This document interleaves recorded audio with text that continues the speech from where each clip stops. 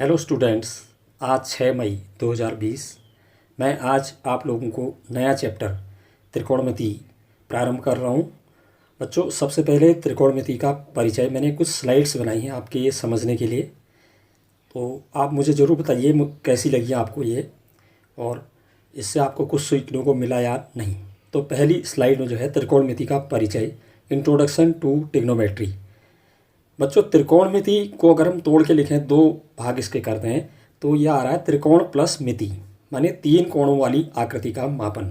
तीन कोणों वाली आकृति आप जानते हैं त्रिभुज, अर्थात त्रिभुज का मापन।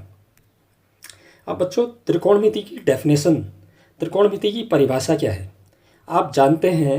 अभी तक आपने जो पढ़ा हुआ है विषयों को, गणित में बहुत चीज़ें समावेशित हैं, तो ये भी एक गणित की ही शाखा है।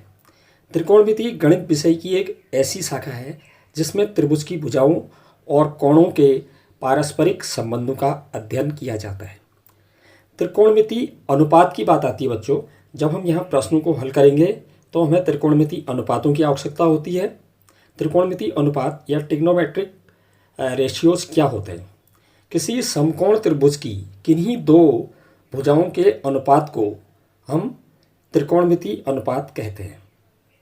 त्रिकोणमिति अनुपात कुल मिलाकर के 6 होते हैं। उनमें से 3 हमारे मुख्य त्रिकोणमिति अनुपात हैं। जो त्रिकोणमिति के मुख्य अनुपात हैं 3, वो इस प्रकार हैं। नंबर 1 साइन, SINE पूरा लिखा जाए तो इसको SINE बोलते हैं, लेकिन इसका संक्षिप्त रूप SIN होता है, बोलते इसको साइन है। दूसरा कोसाइन, COSINE, इसका संक्षिप्त रूप होता है कॉस, COS, इसको कॉस लिखा जाता है। तीसरा जो मुख्य त्रिकोणमिति अनुपात है वो टेंजेंट है, जिसे हम संक्षिप्त रूप में TAN लिखते हैं। उसके बाद बच्चों, त्रिकोणमिति के 3 व्युत्क्रम अनुपात, इनके जो हमने अभी 3 अनुपात पढ़े हैं मुख्य अनुपात, उनके व्युत्क्रम होते हैं। उनके जो व्युत्क्रम है, नंबर 1 उसमें आता है सबसे पहले सेकेंड। इसे संक्षिप्त रूप में हम SEC सेक लिखते हैं, और ये कॉस का व्युत्क्रम होता है। दूसरा है कोसेकेंड, इसे हम संक्षिप्त रूप में कोसेक लिखते हैं, COSEC, जो साइन का व्युत्क्रम होता है।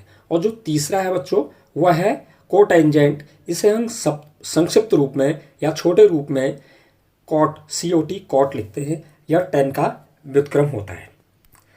उसके बाद बच्चों, त्रिकोणमिति जो अनुपात है मुख्य, उनकी व्याख्या, मुख्य त्रिकोणमिति अनुपातों की व्याख्या। अब मैं यहाँ पर एक आपको समकोण त्रिभुज मैंने बनाया हुआ है, जिसका बी कोण मैंने 90 अंश लिया हुआ है। समकोण त्रिभुज ABC दिख रहा है आपको ये, जिसका बी कोण 90 डिग्री समकोण है।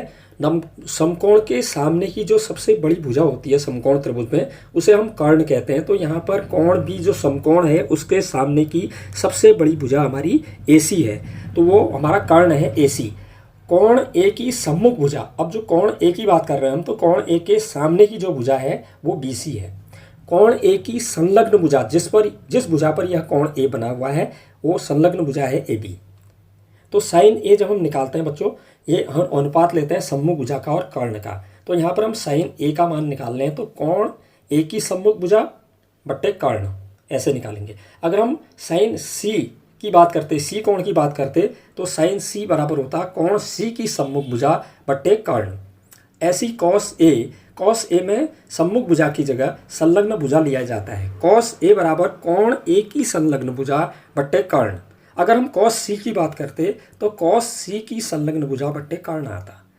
बच्चों, tan A का मान अगर हमें निकालना है, तो कोण A की सम्मुख भुजा बट्टे कोण A की संलग्न भुजा हम यहाँ पर लेंगे। अब बच्चों, ऐसी व्युत्क्रम अनुपातों की व्याख्या बताता हूँ। कोसेक मैंने आपको बताया था साइन का व्युत्क्रम होता है, तो साइन में हमने कोण A की सम्मुख भुजा बट्टे कर्ण लिया था, तो उसका व्युत्क्रम कर दीजिए, मतलब न्यूमरेटर को डिनोमिनेटर में, डिनोमिनेटर को न्यूमरेटर में लिख दीजिए, तो आपको कोसेक A का अनुपात, भुजाओं का अनुपात मालूम हो जाएगा। तो कोसेक A बराबर कर्ण बट्टे कोण A की सम्मुख भुजा। इसी तरह से सेक A कॉस का व्युत्क्रम होता है, तो सेक A बराबर कर्ण बट्टे कोण A की संलग्न भुजा। कॉट tan का व्युत्क्रम होता है, तो कॉट A बराबर कोण A की संलग्न भुजा बट्टे कोण A की सम्मुख भुजा।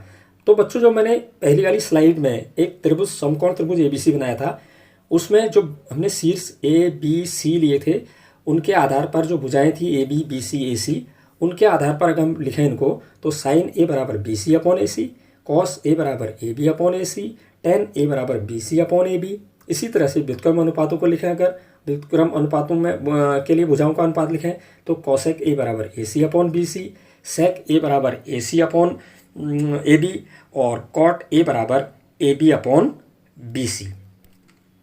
अब बच्चों त्रिकोणमितीय अनुपातों में क्या संबंध होते हैं आपस में, ये मैंने अभी आपको बताया कि साइन और कॉसेक एक दूसरे के व्युत्क्रम होते हैं, परस्पर व्युत्क्रम है। तो हम साइन को 1 अपॉन कॉसेक या कॉसेक को 1 अपॉन साइन लिख सकते हैं। कॉस और सेक एक दूसरे के व्युत्क्रम होते हैं, तो कॉस को हम 1 अपॉन सेक या सेक को हम 1 अपॉन कॉस लिख सकते हैं। इसी तरह से टेन और कॉट एक दूसरे के व्युत्क्रम होते हैं, तो हम टेन को 1 अपॉन कॉट या कॉट को 1 अपॉन टेन लिख सकते हैं।